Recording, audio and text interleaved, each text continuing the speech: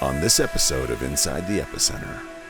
The UAE, under its leader, which we'll get into in a moment, but under the previous leaders, under the founder, Sheikh Zayed, and now the current leadership, is really trying to brand itself as a totally different Arab country from all the countries you think of.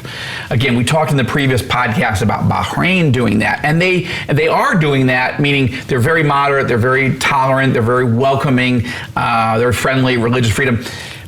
But the UAE, because it's bigger and it's more prosperous, has gone further out and faster. For example, just a few things.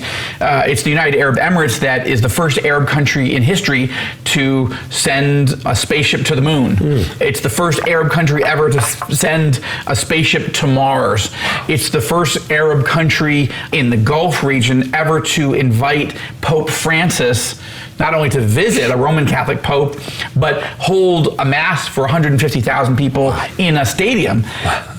A few months prior to that, the United Arab Emirates became the first Arab country in the Gulf ever to invite an evangelical delegation, the delegation that they invited me to lead in October of 2018. This was 2 full years before the Abraham Accords. And yet on that very trip, the leader said, when I said, hey, listen, we've been praying for peace in Jerusalem for a long time, and I don't see any Arab leaders willing to make peace. We're looking who's going to be the next one.